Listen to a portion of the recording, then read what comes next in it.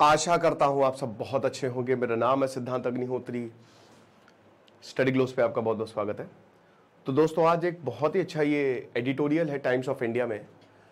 अभी हमने बात की थी कि भारत की इकोनॉमी खतरे में है, बहुत बड़े खतरे में है, और अब ये आ गया है। खतरे की घंटी तो बज रही है। नो डाउट भारत बहुत जल्दी से ग्रो कर रहा है, अच्छी बात है, लेकिन दोस्तों सब कुछ अच्छा नहीं है। हम सबको पता है कि हमारा 65% इंडिया रूरल, 100 में से 65-70 लोग गांव में रहते हैं। प्राइमरी सेक्टर वहीं से आता है और वो एक अनटैप्ड मार्केट है ना। उस मार्केट को अभी तक यूटिलाइज नहीं किया है। ज़्यादातर जो आप प्रीमियम सेगमेंट, वो कितने लोगों, खाली 1-2% को ही तो टारगेट करते हैं। हमारा 98% मार्केट अछूता है। लेकिन यहाँ कुछ चीज़ें हैं जो आपको समझनी है, बात करेंगे इस पर। लेकिन कल हमारे YouTube कोर्स की क्लासेस शुरू हो जाएंगे। आई होप आपने टेलीग्राम ग्रुप ज्वाइन कर लिया होगा। चैट बॉक्स में जाइए ऐप के, वहाँ पे आपको टेलीग्राम ग्रुप का लिंक मिल जाएगा। तो अब फाइनली हम कल क्लास शुरू करेंगे। टाइमिंग हम आपको बता देंगे। पहली क्लास पब्लिक है, तो अब सिर्फ कल तक आपके पास वक्त है। अगर आप कमाना चाहते हैं, YouTube को बड़ा बनाना चाहते हैं, आपका खुद का चैनल है, अर्न करना चाहते हैं, पर्सनल ब्रांडिंग करना चाहते हैं, तो हमारा ये शानदार कोर्स आप अवेल कर सकते हैं। स्किल कूपन कोड यूज करेंगे, 50% आपको ऑफ मिलेगा। सिर्फ 400 रुपये का ये कोर्स है। तो अब वही है कि डिस्क्रिप्शन कमेंट बॉक्स में लिंक दिया है ऐप का, डाउनलोड करें और उसके बाद ये कोर्स को अवेल करें। तो यहां पे एक चक्री है इकोनॉमी, अर्थव्यवस्था एक चक्री है। अगर ये रुकी तो गए। अब जीडीपी ग्रोथ की बात कर रहे हैं हम, 7.1% और 8.2% लास्ट 2 ईयर्स में रही है, पिछले 2 साल में रही है। उसके बाद 7.2% फर्स्ट क्वार्टर जो अभी आया है 2024-25, सबने कहा क्या बात है, मजा ही आ गई। तो एक तरीके से हर कोई खुश। लेकिन फिर भी दोस्तों, कंज्यूमर गुड्स सेल्स वो बहुत तेजी से नहीं जा रही हैं। और बैंक क्रेडिट, सबसे बड़ी दिक्कत यह है, जो बैंक क्रेडिट है वो रेट्स के जो रेट है ना, उससे कम ही, यानी कि स्लो डाउन हमको देखने को मिला है। बैंक क्रेडिट क्या, बैंक जो उधार देता है, समझ रहे हो। अब सबसे बड़ी बात यह है कि जीडीपी, एक तरफ तो जीडीपी इतनी बढ़िया और दूसरी तरफ क्रेडिट ग्रोथ नहीं है, तो ये तो कॉन्ट्राडिक्टरी है ना। ऐसा थोड़ी ना हो सकता कि आप बहुत अमीर हैं लेकिन आपके बैंक अकाउंट में 0 बैलेंस। तो ऐसा कैसे हो सकता है? ये दो कॉन्ट्राडिक्टरी, एक चीज गलत है। या तो आप अमीर नहीं, या फिर आपके बैंक में बैलेंस बहुत ज्यादा है। तो अब यहां पे सही क्या है, गलत क्या है, इस पे हम बात करेंगे। तो यहां सबसे बड़ा ट्रेंड जो आया है वो आया है माइक्रो फाइनेंस इंस्टीट्यूशन। ये क्या होते हैं भाई? जैसा माइक्रो मतलब छोटा, फाइनेंस मतलब जो पैसा देता है ना। बैंक का मेन काम है पैसा देना। बैंक पैसे दे के ही कमाता है। पहले आप साहूकारों से पैसा लेते थे, अब बैंक्स आ गए हैं, फिर वो आपसे ब्याज लेंगे। तो अब क्या है कि माइक्रो फाइनेंस वो होते हैं, जैसे मान लीजिए मैं बैंक SBI के पास गया, मैंने कहा सर मेरे एक फ्री होल्ड प्लॉट का आप लोन कर देंगे। बोले चल भाग यहाँ से। तो उसने लोन नहीं किया, तो मैं कहाँ जाऊंगा? मुझे तो पैसा चाहिए बिजनेस के लिए, हाउस के लिए, किसी के लिए पैसा चाहिए, लोन चाहिए। और मैं गरीब हूं, या फिर मैं गरीब नहीं तो मैं गांव का हूं, मतलब इतना मेरा क्रेडिट स्कोर अच्छा नहीं है, मेरे पास कोई सर्विस सेक्टर वाली जॉब नहीं है, तो मैं जाऊंगा माइक्रो फाइनेंस के पास। मैं बोलूंगा पैसा देंगे? बोलेंगे बिल्कुल देंगे। इंटरेस्ट रेट थोड़ा ज्यादा होते हैं। देखिए, लोन हर किसी को मिल जाता है, बस इंटरेस्ट रेट वेरी करता है। जितने आपके पेपर गड़बड़ और जितना आपका क्रेडिट स्कोर कम और जितना आपका पैसा कम, उतना ही इंटरेस्ट रेट जो है वो ऊपर जाता रहता है। और बैंकों को तो यही लोग चाहिए जिनका जो इंटरेस्ट रेट जिनसे खूब चार्ज कर सके। तो माइक्रो फाइनेंस इंस्टीट्यूशंस वही होते हैं जो आपको पैसा देते हैं बट आपका इंटरेस्ट रेट अच्छा खासा लेंगे वो। इसमें स्मॉल फाइनेंस बैंक भी आ जाता है। तो ये बेसिकली नॉन बैंकिंग कैटेगरी में आते हैं, छोटे बैंक्स। तो अब जीडीपी बूम आया है, बढ़िया है, लेकिन सबसे बड़ी बात यह है कि जो इनका परफॉर्मेंस और इनका परफॉर्मेंस है ये सही नहीं है। क्यों? क्योंकि लोन डिफॉल्ट्स होते जा रहे हैं। भाई जाहिर सी बात है कि बैंक पैसा देगा, पैसा आप लोगे, आप खर्च करोगे, वैसे आपका बिजनेस है। अब क्या किया कि आपने बैंक से पैसा लिया, बैंक ने आपको एग्जांपल के तौर पे 10% रेट पे 10 लाख रुपए दे दिए, 10% इंटरेस्ट रेट पे। अब वो 10 लाख रुपए आपने बिजनेस में इन्वेस्ट कर दिया। अब उस बिजनेस ने, वो बिजनेस मान लीजिए आपका चिप्स का नहीं, चिप्स का ही चलिए, चिप्स का बिजनेस है। अब वो बिजनेस जब आपने चिप्स का खोला तो आपने चिप्स बेचना शुरू किया, 10 लाख रुपए आपने बिजनेस पे लगाए। अब वो चिप्स हर आदमी ने खरीदे तो वहां से भी उन्होंने पैसा खर्च किया। तो अब आपके चिप्स की डिमांड और ज्यादा आ रही है, यानी कि आपको प्रॉफिट हुआ है। तो एक तरीके से आपने अच्छा खासा लोन चुका दिया, तो बैंक को भी प्रॉफिट हो गया, आपको भी प्रॉफिट हो गया, और इकोनॉमी में पैसा लगातार बह रहा है। समझ रहे हो? तो हर कोई खुश है। ओवरऑल जीडीपी भी, आप जीडीपी में भी कंट्रीब्यूट कर रहे हैं, राइट? तो ये चक्री चलती है पूरा। तो इसीलिए जो बैंक्स होते हैं वो फंडामेंटल होते हैं।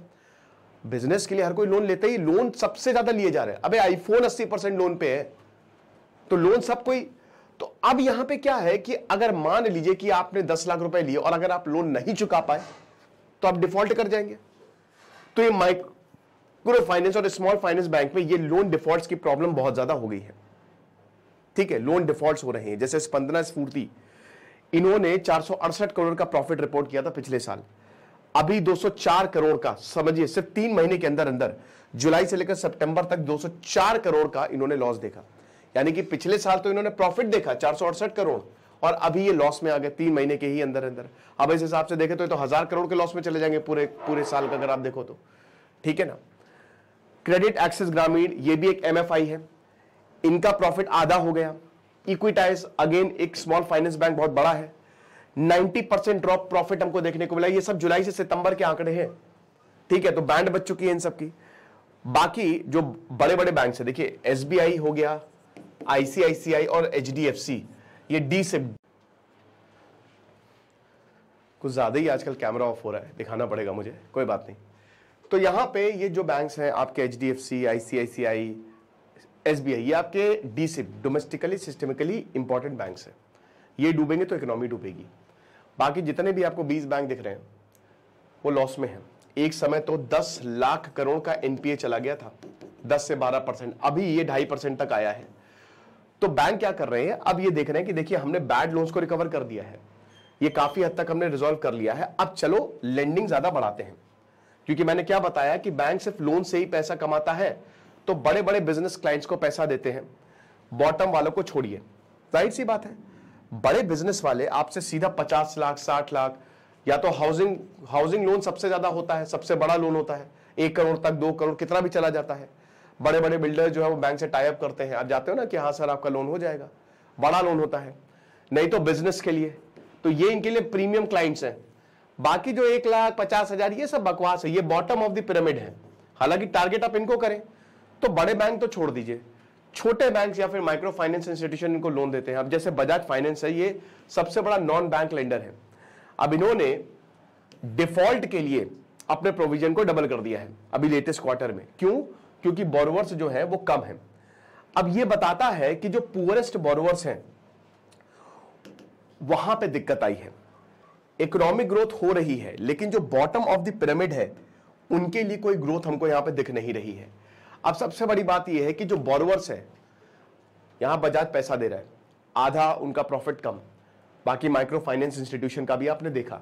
तो सबसे बड़ी बात, लोन डिफॉल्ट हो क्यों रहे हैं, क्यों गरीब पैसा दे नहीं पा रहे? इसके 2-3 कारण जान लेते हैं। सबसे पहली बात, रूरल डिस्ट्रेस है, यस, लेकिन इससे बड़ी बात भी है कि एक मिनी लेंडिंग बूम जो आया था वो पूरी तरीके से कोलैप्स किया। 2022 में आरबीआई ने डीरेगुलेट कर दिया एमएफआई सेक्टर को, कैप्स को एबॉलिश कर दिया, इंटरेस्ट रेट्स को, और उसके बाद बोला कि मंथली रीपेमेंट्स जो है वो 50% तक नहीं होंगी। क्या होता है कि जैसे मान लीजिए कि आप 20,000 रुपए कमा रहे हैं, तो 20,000 रुपए कमा रहे हैं तो आपकी सिर्फ 10,000 रुपए ही आप दोगे, इससे ज्यादा नहीं। जैसे एक गरीब आदमी है, अब वो महीने का मान लीजिए 20,000 रुपए कमा रहा है, अब उसके लिए अगर वो सारा ही पैसा अपना लोन में दे देगा तो मर जाएगा वो। तो मैक्सिमम यहां पे आरबीआई ने बोला ताकि उसकी लाइफ अच्छी रहे, 50% तक ही बैंक जो है उससे पेमेंट लेंगे, यानी कि 10,000 रुपए से ज्यादा आप पेमेंट नहीं ले सकते, मैक्सिमम है ये, मिनिमम कितना भी है। लेकिन यहां पे इंटरेस्ट रेट को हटा दिया, समझ रहे हो? पहले 5%, अब इंटरेस्ट रेट कुछ भी। अब देखिए क्या हुआ, क्योंकि यहां पे ये बॉटम ऑफ द पिरामिड है, तो हमको इनका सोच के चलना है, ये उतना पैसा नहीं दे सकते, साफ बात है। तो हुआ क्या कि आरबीआई ने 2022 तक तो इंटरेस्ट पे कैप लगाई थी कि 5-6% से ज्यादा आप इनसे नहीं ले सकते, अब वो कैप हटा दी। तो बैंक तो भाई हमारे घर के तो है नहीं, सरकारी बैंक तो ये है नहीं, ये तो कोई एंटिटी चला रही ना, प्राइवेट बैंक है भाई, इन्होंने तबाही मचा दी। आप इसको ऐसे समझ सकते हो कि जैसे मैं हूं, मुझे यहां पे पिताजी ने बोला कि बेटा सुनो, तुम अपनी हद में रह के काम करोगे, ठीक है, तुम लोगों से पैसा लोगे, लोगों से ब्याज लोगे, लोग गरीब हैं तो लोगों से 100 रुपए तक ही ब्याज लोगे, इससे ज्यादा नहीं। उनके 1000 रुपए इनकम है तो 100 रुपए तक ही ब्याज लेना, इंटरेस्ट लेना। लेकिन बाद में मेरे पिताजी ने बोला कि बेटा तुमको जितना चाहे ले लो, तो मेरी तो आंखें खुल जाएंगी, मैं बोलूंगा अरे मैं तो 2000 तक ब्याज लूंगा, मुझे क्या फर्क पड़ रहा है उनकी कितनी इनकम है। तो अब यही किया यहां पे जो स्मॉल फाइनेंस इंस्टीट्यूशंस हैं, जब डीरेगुलेशन हुआ तो जो स्मॉल लेंडर्स हैं उन्होंने बोला कि अरे भाड़ में जाए, सबको लोन बांटो और अनाप शनाप इंटरेस्ट रेट दे दो।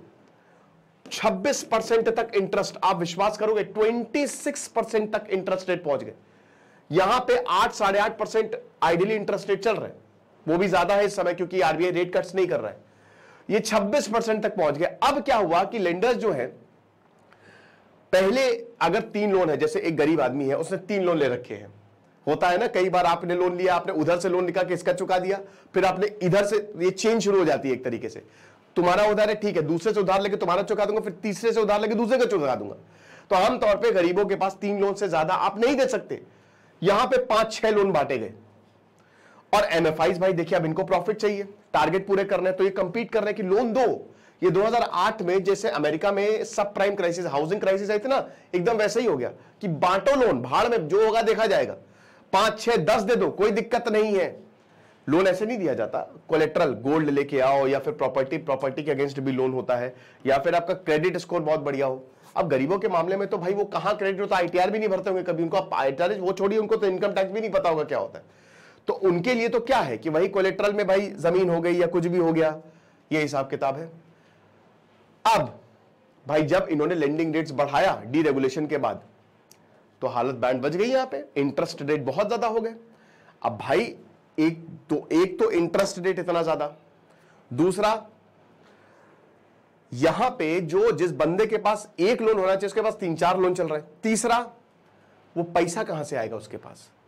गरीब जो है, जो बॉटम ऑफ द पिरामिड है, वो कहां से पैसा आएगा। डोमेस्टिक, फिर से टेक इशू, कोई बात नहीं, तो उसके पास पैसा कहां से आएगा। तो अब आरबीआई ने क्या किया कि आरबीआई ने 4 एमएफआईज को, क्योंकि भाई ये पैसे ही नहीं दे पा रहे थे, लोन डिफॉल्ट हो रहा था, लोन ले लिया, भाई तो कितना ज्यादा लॉस हो जाएगा जितने भी एमएफआईज है, तो बोला कि आप अनाप शनाप इंटरेस्ट रेट चार्ज करो तो हम आपके ऊपर पेनाल्टी लगाएंगे। अब सबसे बड़ी बात यह कि इसमें आरबीआई की गलती है। सबसे पहले तो आपने कैप हटा दी लेंडिंग रेट्स पे कि आप कितना भी दे सकते हो, मार्केट कंपटीशन डिटरमाइन करेगा आउटकम। उसके बाद फिर आप बोल रहे हो कि ये जो आपने किया ये बहुत ज्यादा गलत है।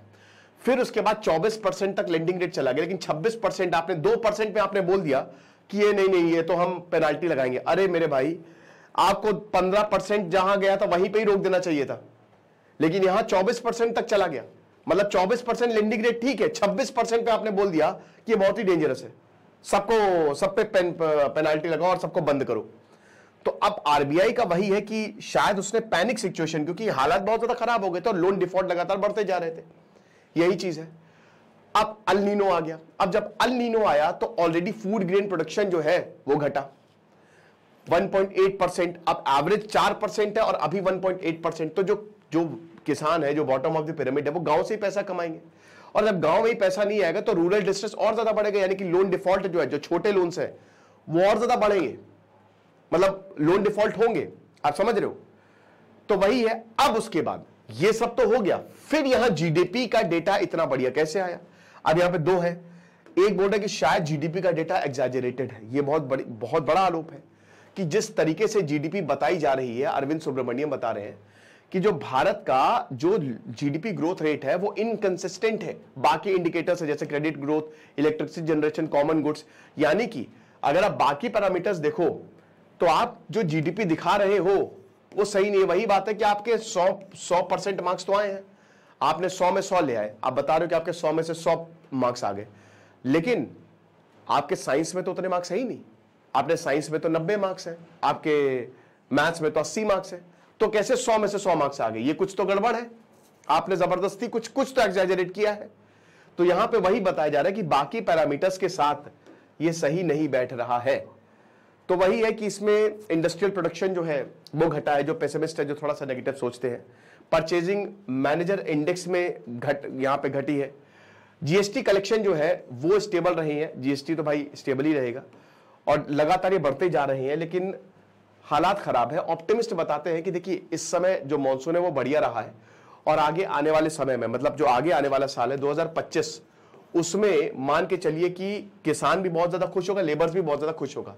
तो अभी जो टेम्पररी प्रॉब्लम आई है, अभी जो माइक्रो फाइनेंस, अब यही माइक्रो फाइनेंस सेक्टर ये एक होप है, क्योंकि बाकी बैंक तो लोन देंगे नहीं, तो बॉटम ऑफ द पिरामिड को यही लोन देगा और इसी से ही रूरल रिकवरी होगी। हो सकता है अभी लॉस हो रहा हो इनको, लेकिन आगे आने वाले समय में ये अच्छा खासा प्रॉफिट देंगे। अब दोस्तों जो भी होगा वो देखा जाएगा, लेकिन एक चीज तो पक्की है कि कुछ तो गड़बड़ है और सिचुएशन इतनी आसान नहीं है। बाकी आप हमारे YouTube कोर्स को जरूर अवेल करें दोस्तों। ये मान के चलिए कि this is the last day, कल हम क्लासेस शुरू कर देंगे, तो बिल्कुल आपके लिए बहुत अच्छा मौका है ये, अगर आप पैसा कमाना चाहते हैं। Thank you so much.